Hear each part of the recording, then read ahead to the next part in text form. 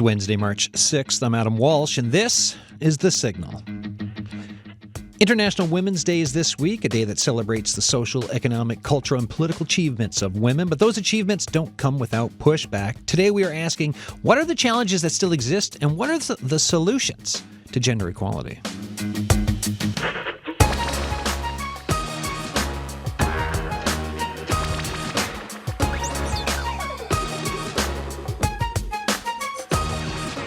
So throughout the hour today, we will talk about things like advancing in the workplace, specifically with a focus around skilled trades. We'll talk about workplace barriers. We'll talk about violence, poverty, allyship and inclusion, and systemic changes that need to happen. As you're listening to the show, email us, thesignal@cbc.ca, or after the show. Anytime you want, you can email us. Call the Signal line and leave us a message, 709-576-5260. We've got folks in studio. We've got a call we'll make. We've got a piece of tape. So all of that is coming up in the next hour. In the studio right now, we've got Mary Ford, Training and Workforce Development Coordinator, Trades NL, Executive Board for Skills Canada. Mary, welcome to the show. Thank you. Thanks for having me. Lisa Fay, Executive Director, St. John's Status of Women's Council. Hi. Hello. And Lori Ledrew, Executive Director, Office to Advance Women Apprentices. Hi. Hi. All right. This is a big question, but the biggest issues facing women today when it comes to work and life, we pick one or two. I mean, there are a bunch, I guess, but Lori, let's start with yourself. What's something that kind of stands out to you as we thinking of this through the lens of looking at it through International Women's Day? Sure. It is a big question, I guess, but a couple of the things that come to mind off the top of my head, of course, are childcare. We've been hearing a lot about that lately. Access to childcare, and especially for women in the trades, the availability of childcare outside of working hours poses a special challenge. And definitely there's still unfortunately, some issues around the sense of inclusion and belonging on the job site for a lot of tradeswomen that we work with. We're definitely making some progress. There's no doubt in that, and we do hear some success stories. But we also, unfortunately, still hear some of the discrimination and stuff that takes place on the work site. Lisa? Yeah, I mean, childcare is definitely something that we hear about every day. And also, I mean, as a woman who's in the workforce, I know that it's also stood in the way of me and my work in the past as well. In addition to that, we hear from people who talk about the issue of pay equity. So being in a position where you are working, but you're fully aware from talking with your colleagues that you're not being paid fairly or the same as people doing the same job as you, and just how discouraging that can be to be in a workforce where you know that you might be undervalued even in your take-home pay. But we also speak to people at the Women's Centre every day who are living with gender-based violence and who are living in fear or being stopped from doing the things that they need to do in order to be successful in their career. Sometimes it can feel that the barriers are insurmountable. There's too many of them. There's many factors that sort of make it difficult to be in a successful career. Yeah. Mary, what about yourself? Well, I've been doing a lot of work recently in terms of unconscious bias and mentorship and that piece, and with the training and of course workforce development. So I'm still seeing a lot of the unconscious bias in the workforce. People being, again, not going into it because of preconceived ideas of how they're going to be treated. Or, as we mentioned, childcare, of course, that's always a staple in our world. But there's so many other things, and including not being allowed the opportunities for advancement because of those unconscious bias. So you're a woman, you have children, so you're not going to be up for that promotion, that type of thing. And there's just so much else, like Lori has said, in terms of women in trades. It's a big net that you're casting here. Yeah. But that's some of where I've been focusing a lot lately in terms of trying to break some of those barriers. And again, going back to the education piece, right? Getting some of this workforce development on the table so that it is a norm. And that's, I think, where we got to start. Yeah. How have things not moved along better when it comes to like how many? 'Cause I don't know. I'm 43 years old, right? I grew up like I didn't hear about unconscious bias for the longest time, and then I hit my 20s. I started to hear about it, and it's like, oh, we're trying to make efforts around this unconscious bias. Here's some training. Here's resources. We're talking about it, and yet we're still today in 2024 talking about unconscious bias. Yeah. So like what's that feeling like for folks in your positions, and what else needs to change to get past it and to get over it? Well, we only have an hour, yeah. So we could start there. Yeah, it's a whole because it could be like that's a whole series, right? That's a podcast. That's a show on its own. And again, in terms of this type of work that I've just kind of taken on. It's great to be able to have these conversations and advocate for policies and do all this stuff, but it's not move the needle if action's not taken, right? We need call to action. We need execution. I mean, we're living in a world, especially in trades, where safety is everything. You can't go on a work site without your safety. You need to have safety courses in order to be qualified. And I mean, I could do a plug here, but of course, Trades and Ill does promote itself in a productive, safe, and qualified workers for Newfoundland and Labrador. Being inclusive, being safe, that's all a part of supporting diversity in the workplace. And we need to start mandating that. Like, it's, again, the mentorship piece. It's just not a word. It's not a check mark. It needs to be engraved. It needs to be there with safety so that in a world where we can go out and be recognized as a carpenter or a millwright or an electrician, not as a woman or a male or a gender diverse person. That label of gender's got to stay at the door, and you need to be recognized for your merit and your skill and your education, no matter what career that you're in. So then so that's what should happen. That's what it should be. What is, and we'll move, we're constantly right now on skilled trades, and we'll move beyond that. But for this part of it, what's the reality in skilled trades for women, gender diverse folks trying to enter the workforce and being recognized that way? I think you'll have a good conversation with Cassandra around that too. It's a great question for her as a tradeswoman that we work closely with at the office.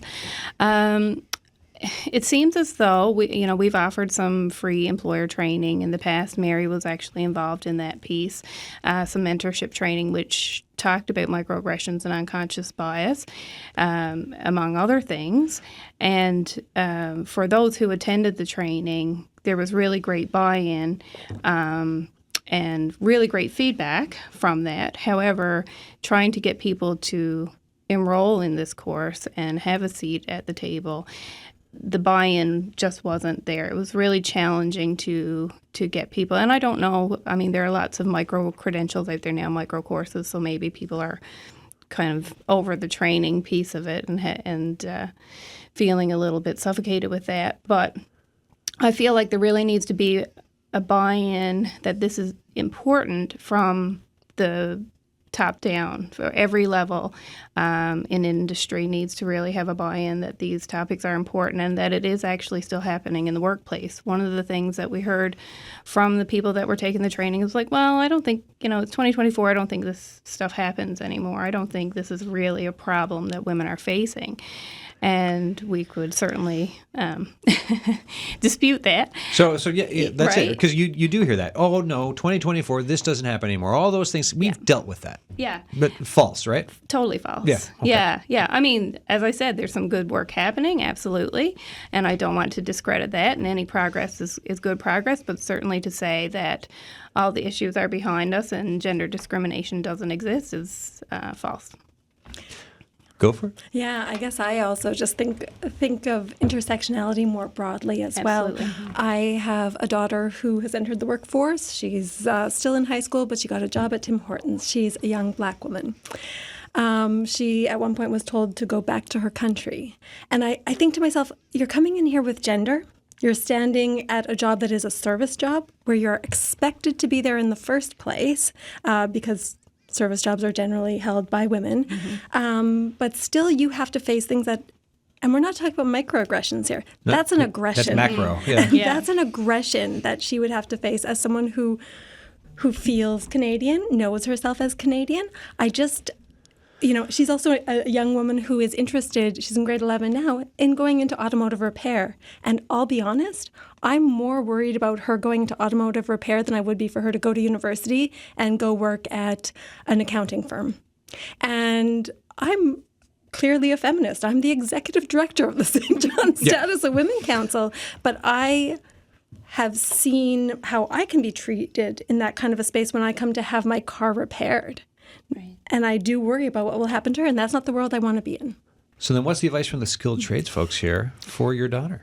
That's some of the messaging that we've been kind of reinforcing with employers is the importance, especially employers that have come to us with recruitment and retention issues, the importance of making it known that you are a psychologically safe workplace, that you have mechanisms in place for women and gender diverse individuals to feel safe and have a seat at the table, equal seat at the table, to have that part of your recruitment and HR policies up front, because it's not something that a lot of people are aware of when they're applying to these jobs. So to put an effort into making that awareness and promotion. Yeah. And that message needs to be across the board to all staff, not just on a management level. It's okay for you to say, I've got these, mandates in place or got these pieces in place for a check mark. But for a young woman going into a place that, especially if it's male dominated, they need to feel welcome. They need to feel that they have, the world's a much better place when we hear everybody's voice, right? That's the whole purpose of diversity, is having everybody together to share their ideas and get those life experiences and all of these wonderful things. That's where the magic happens. But it's not just on management level. It's got to be across the organization. Everyone's got to buy in. Everyone has to understand. It's not just like, okay, safe, inclusive workplace, we all good, check. Well, wait a minute. Are all the people we're saying this to, do they understand what that means? Or is this place actually safe and inclusive? Or is it just something that someone will say yes to because they have to, and then go about the business that's been on forever, right? Yeah, 100%. Yeah, exactly. It's interesting, when I started in my position, I looked around and I thought, geez, we seem to be a pretty white place. We also seem to be a space where people, I don't see people who have visible disabilities. And it got me going, well, what's happening here? Are we just going to be a bunch of white feminists working together? So even in our workplace, we had to think about, what does safety mean? How do you create workplace safety? We can try to recruit more of a diversity of people in our organization, but are we a safe workplace, and what would that look like? And how am I going to have to hire a diverse group of people in order to find out the ways we aren't safe? Because they're going to have to come and tell me about that. And I guess I would hope that in all sorts of workspaces, if we're going to tell women this is a safe place, if we're going to tell gender diverse people you can come and work here and you can feel great, how has that workplace worked hard to ensure that they're not going to have to be the one to walk in and find out what's not right there? Yeah. And I don't have the answer to that. It's something I think about all the time, even in the workspace I'm running, because you have to think about you have to look at yourself as hard as you look at anyone else. Yeah, 100%. Yeah. And when it comes to women in trades, you don't want to have that diversity target on your back either, right? You can't just be one or two, because then, of course, you're only there because you're a diversity hire, or on all the negative that comes with that.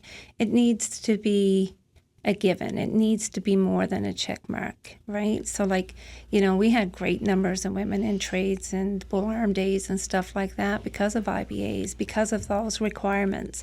That's what needs to happen. It needs to be to a place where it becomes a norm and we have numbers in there so there's not people standing out. Mm-hmm.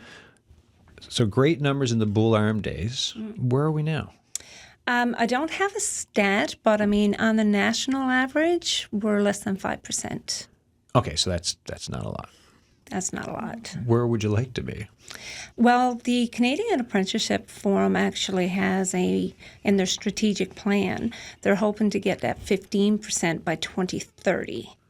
To me, that's still not a big number that's when you're looking at, women are over 50% of the population. So to me, it's not a big number, but it is a lot greater than 5. So we'll start with that. Okay.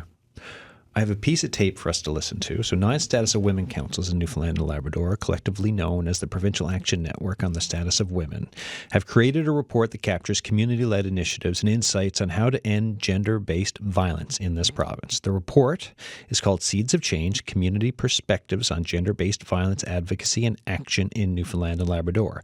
The executive director of the Mokami Status of Women Council, Stacey Hoff, spoke with The Signal's Amanda Gear about this earlier this week. Take a listen. Can you tell me a bit about some of the issues that you see that women are still facing today?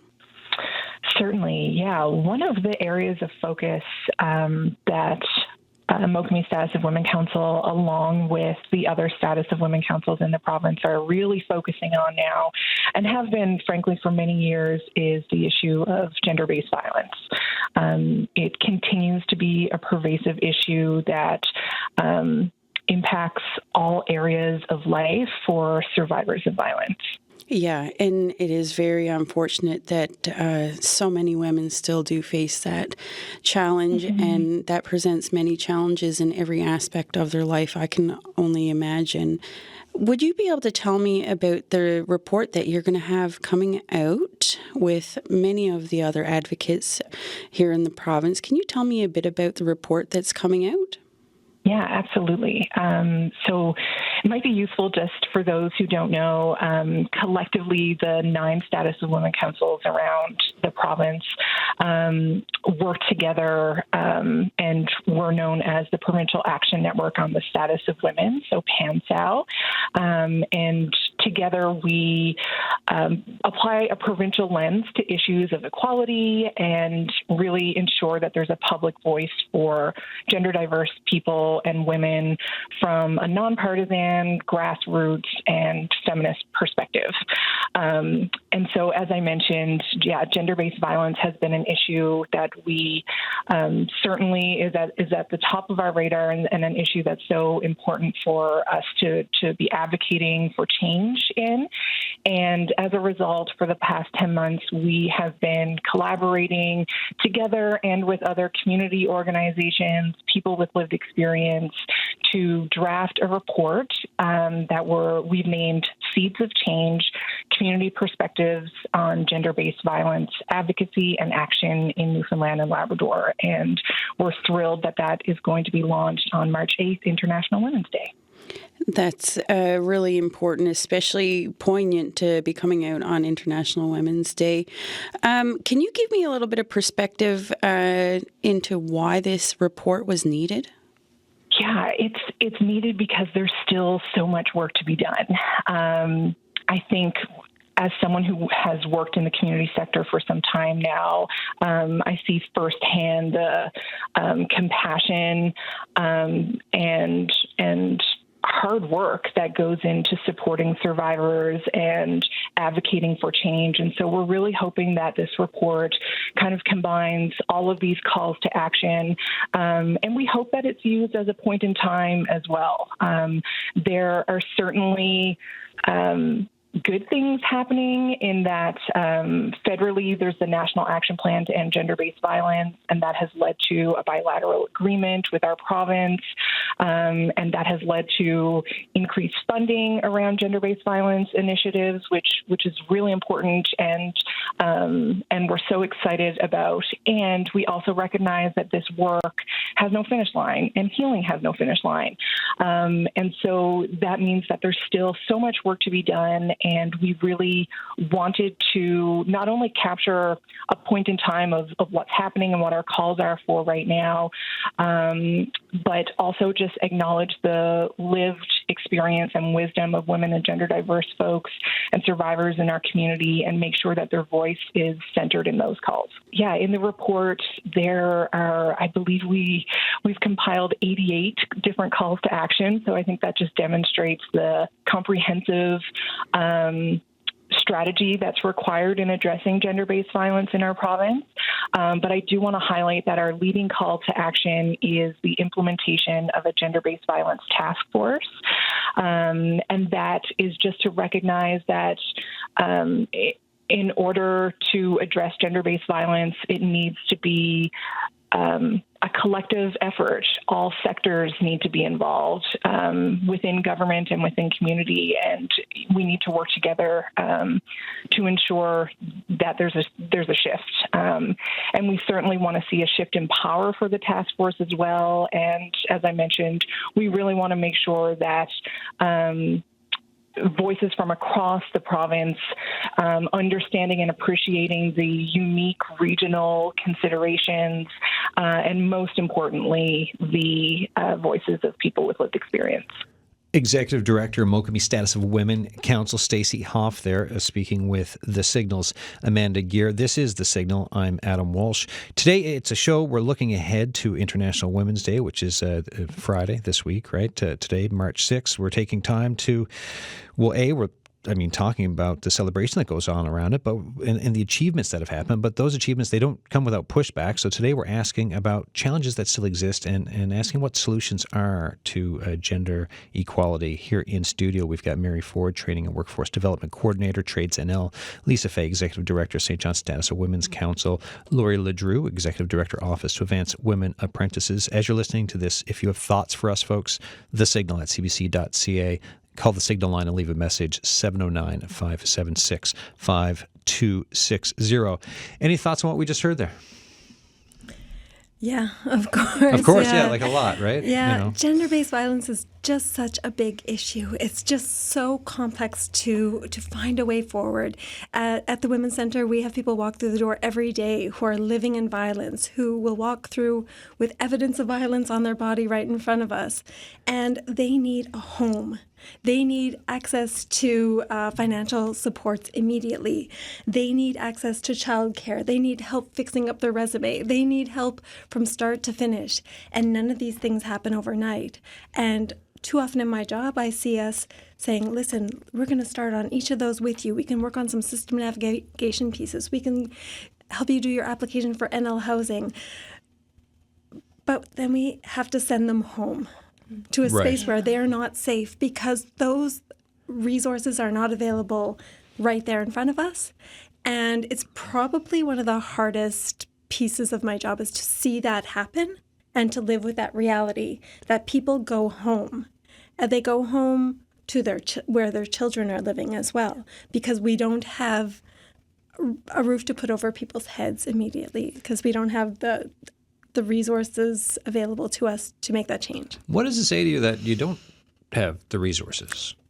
Well, it's difficult because I know in my position as the executive director that I often think I have to write more proposals. I have to work harder. I have to try to get the money so we can build more housing and then we could put people in it. Yeah, that'd be great. Then they have homes and, we can fill out the application for them to get, certain financial resources and we can do this. But I also think to myself, we're an under-resourced community organization and we do provide really great and interesting housing and that's wonderful. But I also just think, whose responsibility is this really? You know, where does this responsibility lie? And I know it's not with us. And I know that it isn't with us working harder every day.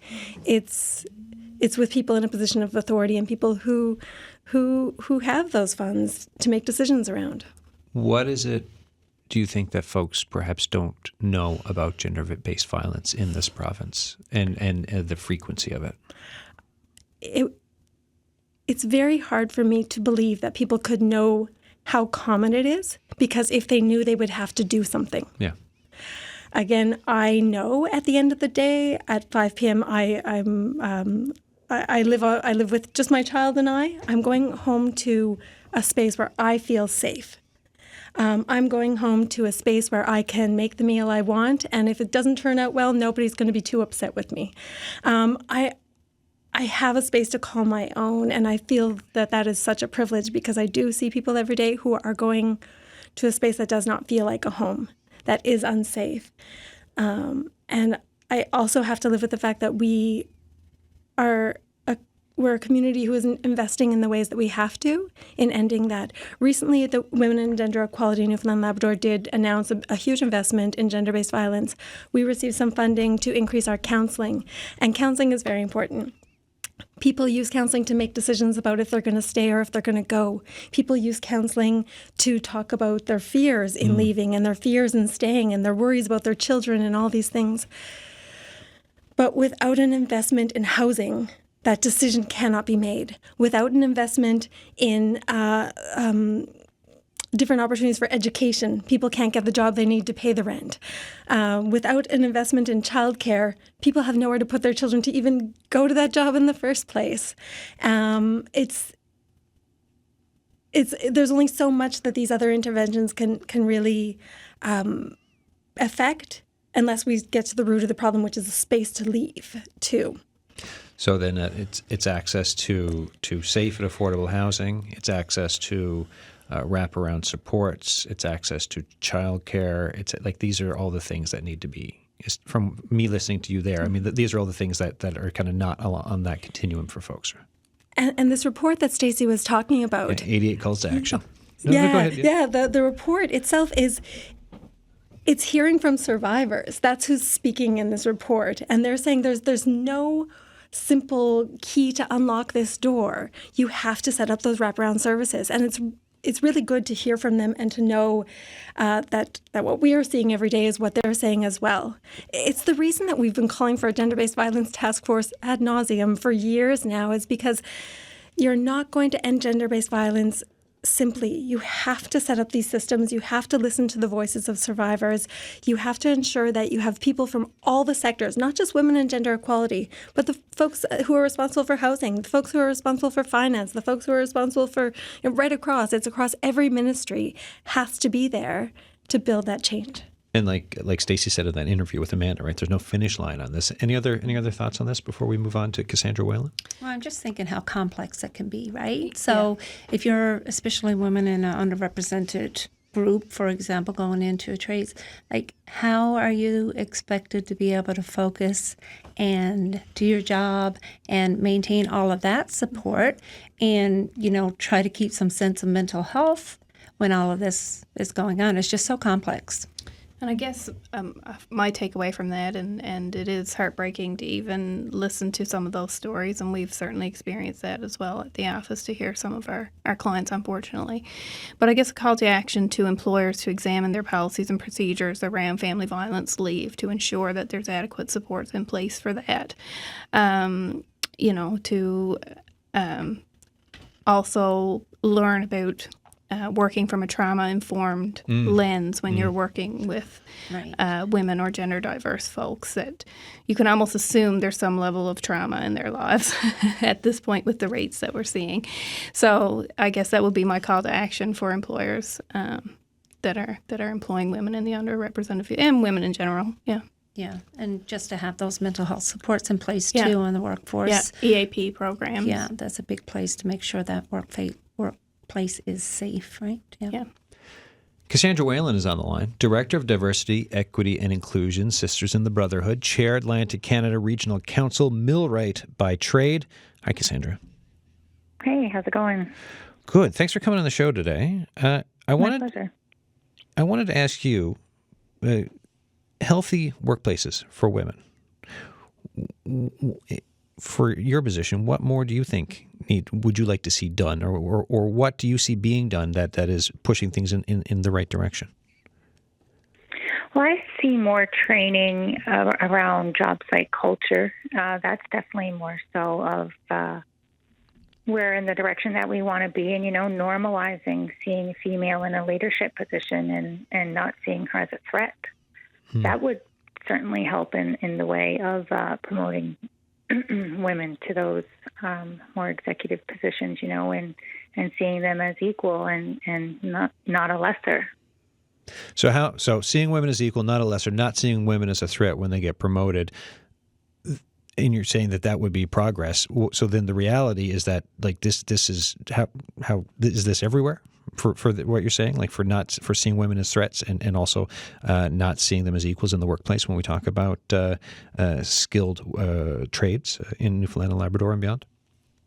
I think this is everywhere. I don't think it's just specifically skilled trades. No, every workplace. It is more so in the skilled trades because, as women in trades, we are only 4% of the national average, and to me, that's not good enough. But, people aren't okay with what they're not used to. So they're not so acceptance of change. So when they see somebody that is just as capable, they're kind of tense and they don't know how to welcome that new change. And it's not a change for the worst. It's just the unknown, But there's room for all of us. And that's really been my mandate in my new position because, I was on my tools. But, in my new position, I just want to make the workplace a more equitable place for everybody, for all of our diverse members and employees and coworkers. And that's really what my focus has been on. So what types of things are you working on? Right now, I'm dealing a lot with event planning, conferences, and most recently International Women's Day, and we are partnering with Office to Advance Women Apprentices, so that's pretty exciting. I've been really trying to see what's out there in regards to training, and because I think that's where it all starts, is you need to start with the job site culture, no matter where you are, trades or not. It's the people that you work with, the culture there. Everyone needs to be on the same page because if you have the animosity or the backbiting or people being perceived as threats, that's really the main issue. It's when all of our ideas and goals are aligned and everyone can see each other as equals, then that's truly when a company or a workplace or any organization can reach the full potential. Where does allyship come into this? Allyship, being a female in the trades, we need the males because you know what, and I can only speak from a tradeswoman point of view because we are so outnumbered, being 4%, like I said. We need those champions. We need our male allies to advocate for us because while we may need those extra supports, like I said, we are only 4%. So those extra those extra supports that we do have, it's not that much extra because there's so few of us. So we do need that extra bit of help, just to be seen as equal. So it's about equality, not equity, and vice versa. We can give everybody the same things, but that's not necessarily going to help that person succeed to reach their full potential. When did you become a millwright, by the way? In 2013. Have you seen the needle move at all since 2013? I have, actually. When I first started out, I was the only female in my first job, my second job, my third job. But then within my fourth job, I know it sounds like I have a lot of jobs, but I work in a unionized environment, so It's contract work. So the job only lasts for so long, right? You get the job done and then you move to the next. But yeah, as I have been progressing through my career, the number of women that I have worked with towards the end seems to be more. But I mean, when I say more, it's still only 3 or 4 being the max. So then for recruiting at 4% and for everything we're talking about here on the show today, what do you think the chances are of getting more women into the trades, knowing what some of the reality can be and all the work that is left to be done? I think it's we have our issues and we have our support. We know where we're falling short and we know what needs to be done. It's slow progress. So I don't think it's impossible. I just think we need to continue and remain consistent in our efforts, and we will get there. But we can't let things hold us back and opportunities pass us because, sometimes females, they don't have the confidence because we are so little numbers within the skilled trades industry. And, maybe we don't think we have the capability to take on that leadership role. And I think that the training within that too, like confidence building, respectful workplaces, stuff like that, I think that's very important, and that will aid in the success of the female in the trades industry. Cassandra Whalen, thank you so much for this. Thank you very much. Cassandra Whalen, the Director of Diversity, Equity, and Inclusion, Sisters in the Brotherhood, Chair, Atlantic Canada Regional Council, millwright by trade. Any thoughts? I mean, it's touching on some stuff we've already talked about in this hour, but and going into stuff a little bit more. But anything speak out to you there for what Cassandra was saying? Well, for me, it's, and again, I'll go back to the education piece and the support piece. So I'm going to do a little plug there now. Yeah, no, go for it. Plugs are good.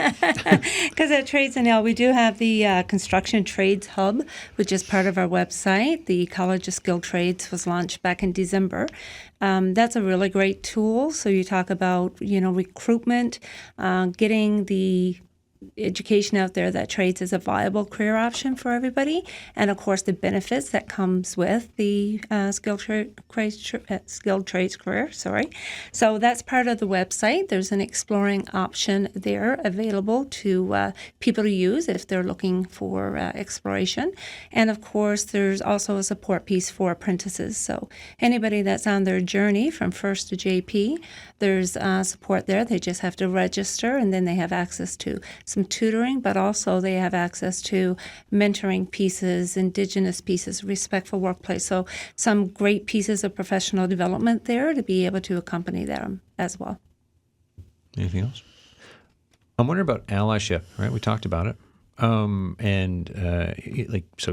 mentioning it, the importance of it, especially if like skilled trades, but everywhere else, right? Mm-hmm. Why it is important. Cassandra mentioned stuff.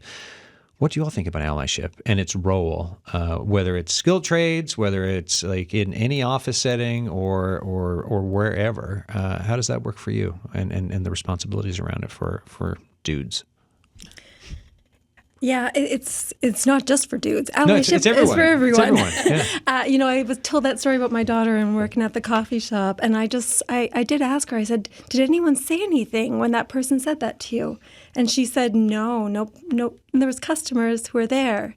It's anyone who has any position of privilege. Yeah. Being an ally is speaking up and saying, "Hey, you can't talk to someone that way." And you will, Cassandra also talked about women need to be more confident. You will build other people's confidence when you use your privilege to speak up in those situations. Yes, and it does have to be the dudes too. And if my daughter does end up working in automotive repair, I hope that there will be cool guys there who will say, "No, you actually can't treat her that way."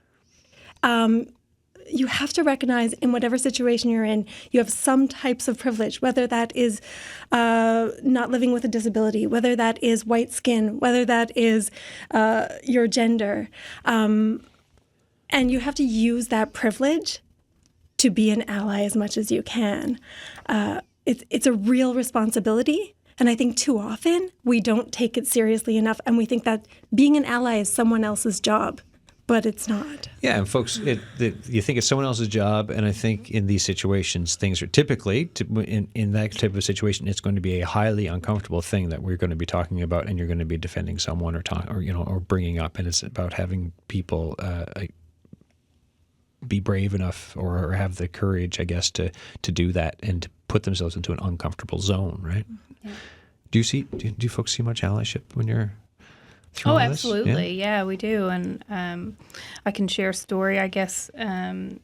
This occurred, I guess, before my time with the office. But I get underlying point is that allyship looks different for everyone, too. It doesn't have to be using your voice. I use the example of the gentleman who used to take a Sharpie to work every day and cross out all of the derogatory terms that were written on the work site about a female apprentice that was on site. So he wasn't comfortable using his voice to speak up, but his message was very clear that he was uncomfortable and that, this was unacceptable behavior.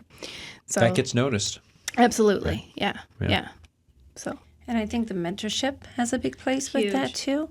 They both go together because when you're building a relationship, especially in a journey person and apprentice type relationship, and you've got that mentor, once they get to know you and value your work, then they're going to be your ally, so long as it's safe to do so, of course. I mean, there's always a risk when you're speaking up, so you have to certainly assess that to make sure it is safe. But I think the allyship is so important with the mentorship piece as well. And also mentorship for allies, right? Of you've got the new crop coming into wherever you're working, be like, hey, that is not on here, and this is how we are, right? Yeah. We are not like that. That is done. Yeah. This is the reality. And then like that's the programming right at day one for folks to understand. And Cassandra mentioned culture, right? So that is the culture. This is how we work here. This is how we do things. This is what is not accepted or whatever. Like it's all part of that culture. You mentioned pay equity at the beginning. Where are things on that from your point of view? Yeah. The St. John's Status Women Council has been saying it for a year and a half now. We need legislation that is strong and that is real. Right now, the legislation that's been put in place only covers part of the public sector. But when we're talking about small businesses that might be employing tradespeople, although there are large businesses as well, of course, people aren't going to be protected in those spaces unless we have legislation that is strong, that covers both the public and the private sector, that is monitored. Unless we have that kind of legislation, it's just not going to have the effect.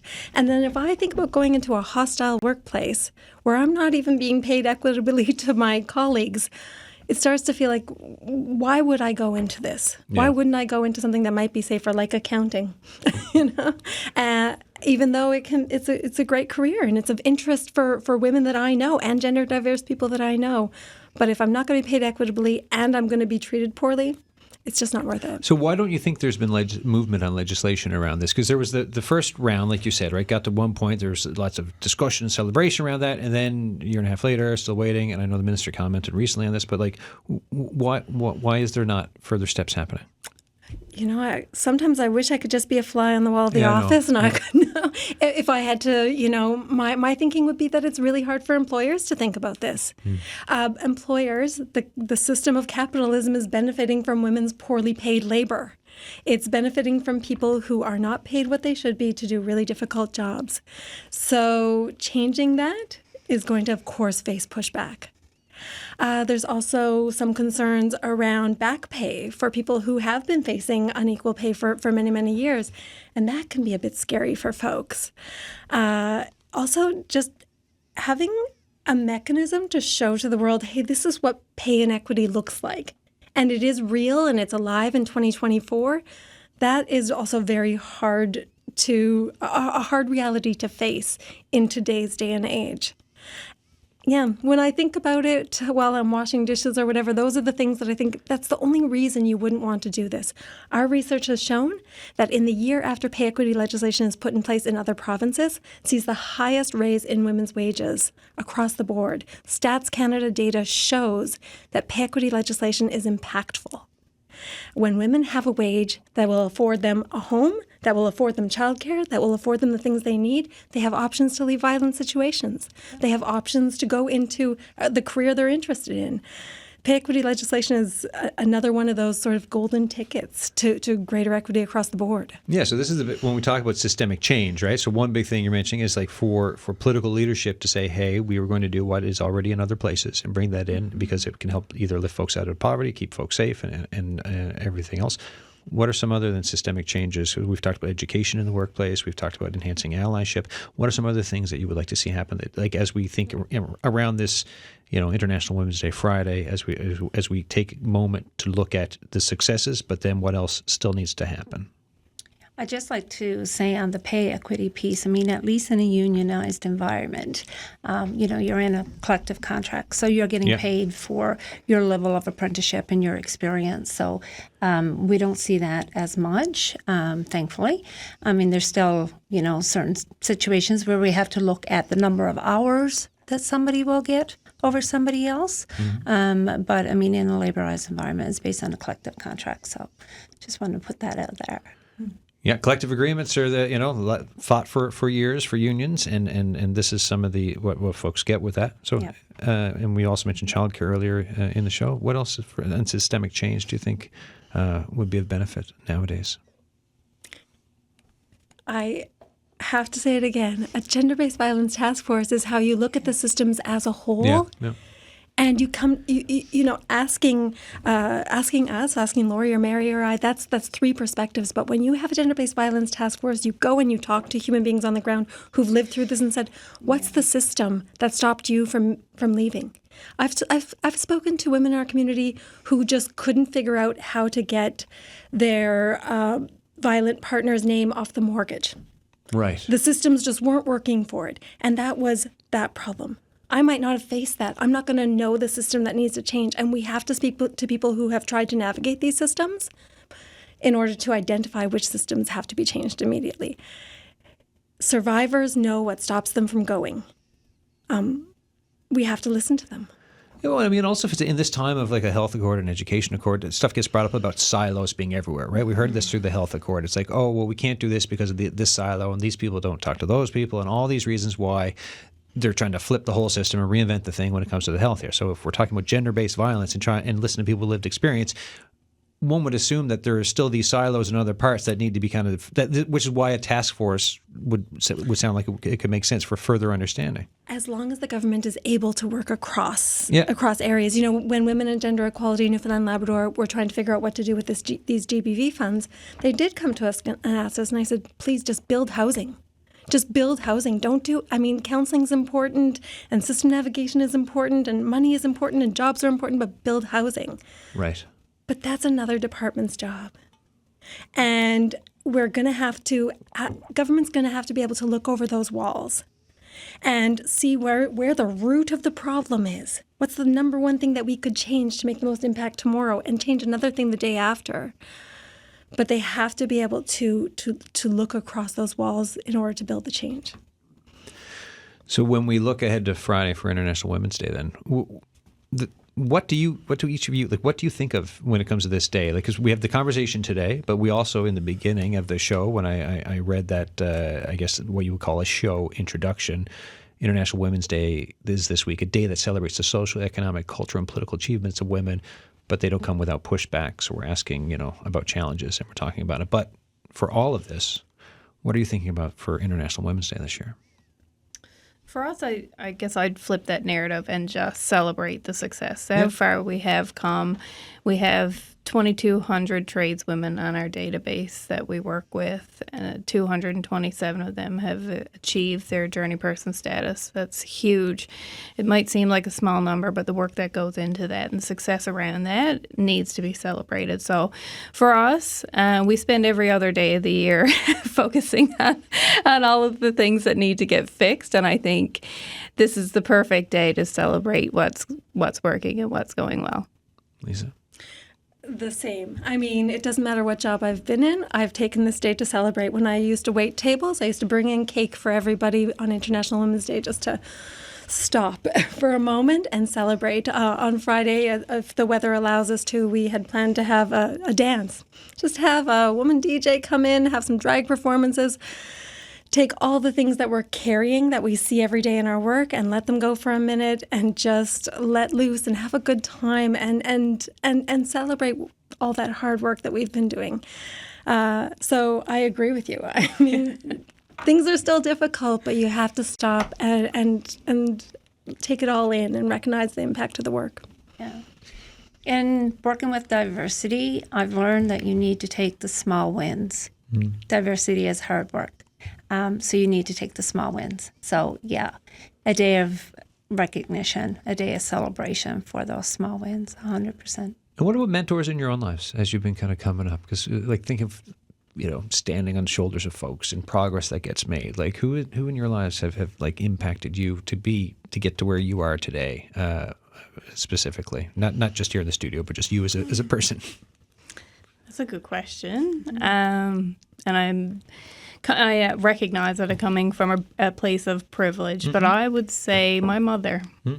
And she was always a very strong, independent woman who she didn't work in a male-dominated sector, but she ran a household pretty independently. My father did rotation work, so he was gone a fair bit of the time and raised two kids. And she's a gentle soul, but a force to be reckoned with as well. So I would say my mother. Yeah, I mean, it's a tough one not to say her mother, because aren't they the one who really shapes me? Yeah, that should be automatic. It's like all of her mothers. Yeah. But at the same time, I think about, I've talked about my daughter a lot today, and her whole life, it's been just the two of us. We have learned together and grown together, and I learn from her every single day because she lives a very different perspective than I do.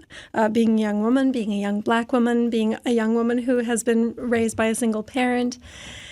And she still makes me stop every once in a while and go, wait a second, I don't have it all covered. And it helps me to learn and helps me to look at the world in a new way. I take energy from her, but I also feel a responsibility to ensure that she can be whatever she wants to be, that she can safely be whatever she wants to be. And I feel a responsibility to just build change in the world for her. That's awesome. So ditto and ditto.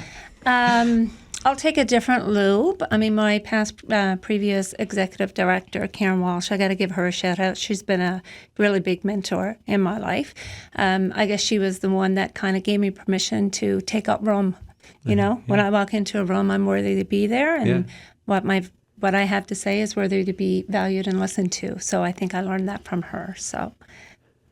Any final notes on events because Newfoundland, Labrador? If everyone's talking about the weather system, that is, we wait to see what happens from I think around the Avalon Peninsula. Anyways, it's like Thursday, Friday, maybe into Saturday. I'm not a weather person or climatologist. Ashley Brawweiler will have all those details on here now later on this evening. So please go watch and get the actual update from her. But stuff is being moved around though because it's fallen off the order paper for Friday here. So what's being changed?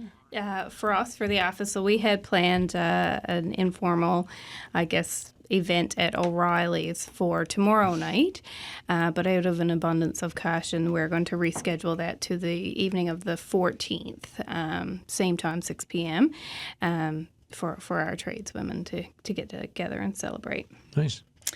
Yeah, we're going to go for a dance. Come down and join us. It's just $10 a ticket. It's super inexpensive. We're just trying to cover costs. We're going to have some food. We're going to have a good time. It was supposed to be Friday. Now we're trying to find out when our food people and our drag performers and our DJ and everyone can reorganize. So we're going to play it by ear. But check out our website, sjswc.ca, and there should be an updated date for that soon. But yeah, celebrate. Where's it to? It's called The Space. It's right downtown. Oh, cool. Yeah. We don't have any events happening within our organization, but we do plan to participate in several that's going on around the city. So I'm hoping to get to the OAWA one. And Friday morning, I think it was the Liberal Party was having a coffee down at the cafe in Portugal Cove, so I was planning on to attend that. So we'll see. TBD. Yeah, TBD, March stuff. It's a lot of times it's to schedule it for June, right? Because at least then the weather might be okay. Thanks for this today. I'm going to talk about one more thing. Yeah. We talked about systemic barriers, and one of the ones on my agenda was education and a lack of funding for women to get into the trades. So I'm going to throw it to Lori now so she can plug hers a little bit Please on that do. one. Mary worked with me very hard on this project, so we're both invested. So we just launched our very first scholarship program for women who are interested in entering underrepresented skilled trade. We did a fundraiser back in November and an online auction with a lot of support from industry and local unions. And we raised enough money to offer 3 $5,000 scholarships. So the applications are officially open. The deadline is May 15th for funding for the 24-25 September start date. So get those applications out. You can do it totally online. And if there's any questions, by all means, contact the office. And what's the website again? Womenapprentices.ca. Pretty easy. Pretty easy. All right, Lori LeDrew, Lisa Fay, Mary Ford, thank you all for this today. Thank you. That's it for another show, folks. We're moving ahead through the week, through to whatever else the week is going to bring us. If you have thoughts, the Signal at cbc.ca. Call the Signal line and leave a message, 709-576-5260. Looking ahead to tomorrow on the Signal, you've heard that term, more than likely, just transition, right? Greening the economy in a way that is fair, equitable, doesn't leave anyone behind. Well, tomorrow we're going to talk about why this transition is crucial. And then we're going to talk about what leadership is needed to get it done. So we've got a full house again tomorrow. We're going to have a student perspective, a labor perspective, and more for this big discussion on the show tomorrow. And once again, thank you for listening. And like I said, if you have show ideas too, right, feel free to get in touch with the show, the Signal at cbc.ca. We like emails. We like show ideas about topics to cover because 5 days a week, there's always room to fit stuff in. Until tomorrow, thanks for listening.